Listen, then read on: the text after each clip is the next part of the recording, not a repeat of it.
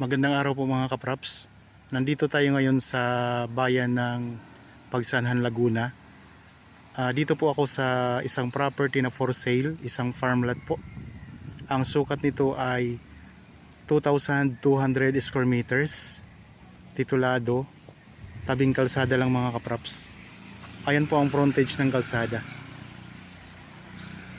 So ang frontage nito ay nasa 37 meters mula po doon hanggang dito po mga kaprops. 37 meters po yan. Bali mayroon na pong linya ng kuryente at mayroon na rin pong access ng tubig. Ang korte ng lupa mga kaprops ay rectangle. May bakod na po sa palibot na barbed wire at marami po itong mga tanim na prutas. Mayroong avocado, mga saging, may mga puno ng rambutan, may suha, mayroong mga lansones. Yan dito po sa bandang likuran mga kaprops. Tara, ikutin natin to. Ako nga po pala si Bads, ang inyong kasama sa virtual viewing sa mga property na in-offer namin. Nandito tayo ngayon sa pinakalikurang bahagi ng property mga kaprops. Ayan po ang boundary. Ayan, boundary mga kaprops. Barbed wire na rin ang bakod niyan. Meron ding tanim na sampalok. Ayan. Tapos may puno ng santol. Dito yung puno ng sampalok mga kaprops. May guyabano. Ito yung corner lot o corner ng property. Ayan, pinaka corner ng property mga kaprops. Laki ng puno ng ano. Ayan, guyabano. Ang laki ng bunga niya.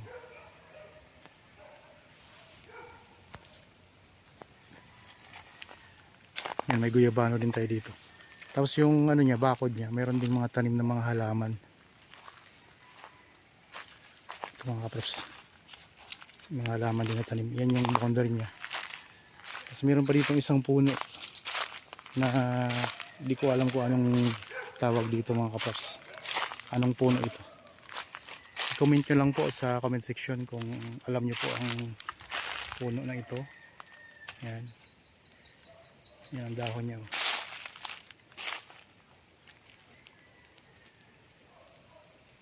So di ko alam kung anong pangalan nito, kaya i-comment nyo lang po mga kaprops. Ang presyo nito ay makikita nyo sa description box at sa title nitong video. Pwede kayong mag-comment sa amin, tumawag o kayo mag-chat. Meron tayong Viber, cellphone number, Facebook Messenger at saka WhatsApp mga kaprops. Yan, ito may puno ng santol. May mga bunga ng santol mga kaprops, mga maliliit pa nga lang. Dito sa bandang harapan ng property ay wala masyado siyang tanim mga kaprops. May pailan-ilan lang po ng mga rambutan at saka lansones. Yan mga kaprops, so patag na patag ang lupa. So hindi na siya kailangang tambakan kasi patag na patag siya at pantay siya sa kalsada mga kaprops. Tingnan nyo, ang gaganda ng mga tanim dito, mga halaman. Tapos ito yung mga puno ng santol. Ayan,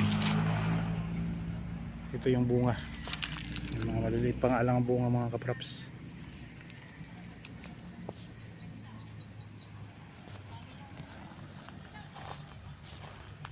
Yung bunga ng santol, nasa baba lang. May mga niyog din pala mga kaprops. Maliliit pa lang yung niyog.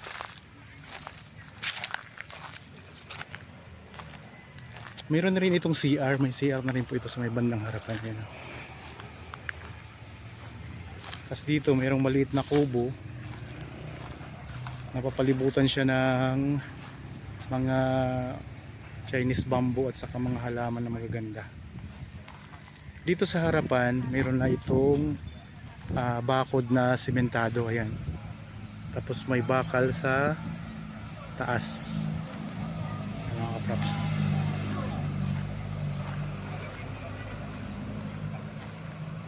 Dito ito yung maliit na kubo. Ayan, may lamesa na rin po yan mga kaprops. Oh. Ayun ang corner. Dito sa harapan meron tayong tanim na guyabano din. Tapos meron na rin itong gate mga kaprops. Yan ang gate.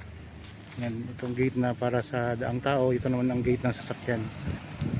Nasa 4 meters ang lapad nito mga kaprops ng gate. Ang lupa ay nababalot na rin po sa carabao grass. Tanim na carabao grass. Ngayon nga lang po ay mainit ang panahon kaya medyo nalalanta yung damo mga kaprops, yung mga carabao grass. Tapos meron ding maliit doon na kubo. Ipakita ko muna sa inyo ang kalsada. Ayan mga kaprops. Itong direksyon na to, pupunta ito sa pang barangay dito sa sakop ng Pagsanhan. Barangay road dito mga kaprops. Ang pinaka frontage ng property ay ito mga kaprops.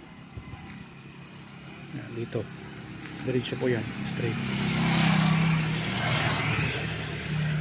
Tapos dito sa kaliwa, ito naman yung papunta sa town proper ng Pagsanhan.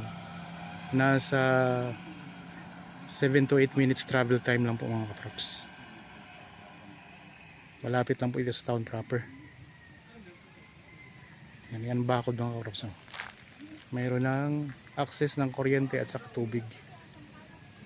Ang bakod niya sementado sa taas, tapos sementado sa baba, sa taas ay mayroong bakal na screen. Okay, pakita ko lang ang frontage mga kaprops. Baybayin ko lang ang frontage.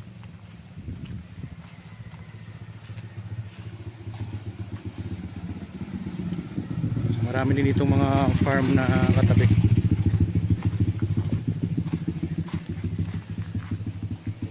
Maraming farm dyan mga kaprops. Tapos ito katabi natin, may farm din yan. So hanggang dito ang boundary mga kaprops. Ayan.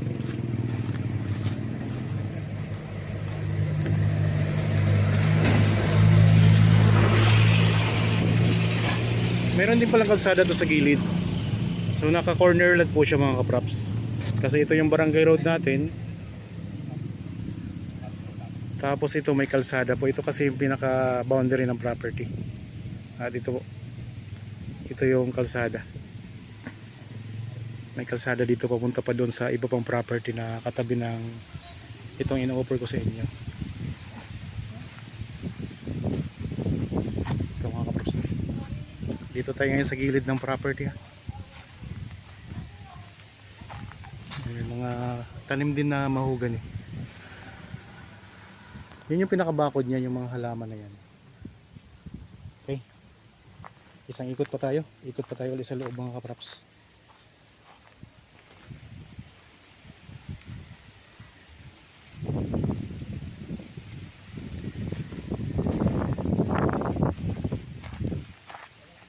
Okay, mismong gilid lang ng kalsada to ha. Tabing-tabi ng kalsada.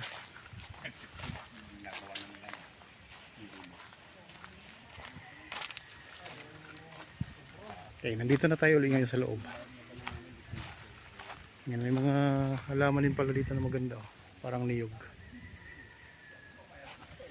Ito yung corner. Yan, palibot siya, may mga tanim na mga halaman. Ito yung puno ng avocado. May mga bunga na rin mga kaprops.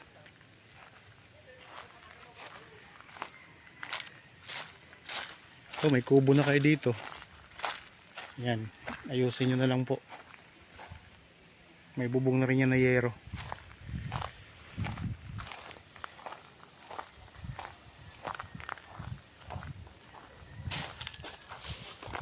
So 2,200 square meters lang to.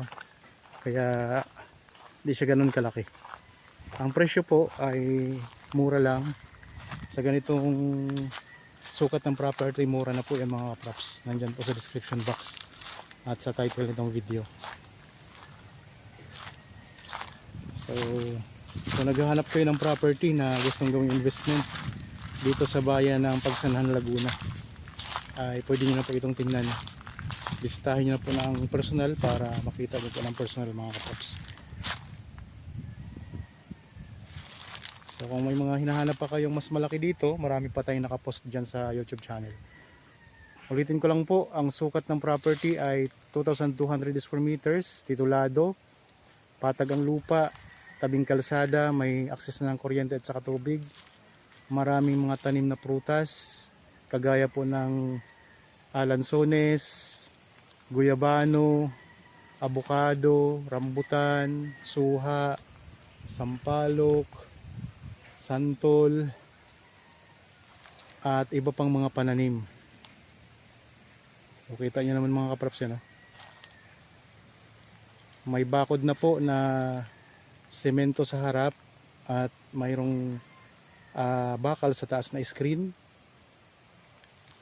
At dito po sa gilid at sa likod ng property ay may bakod na rin na barbed wire at tinatamnan po ng mga halaman.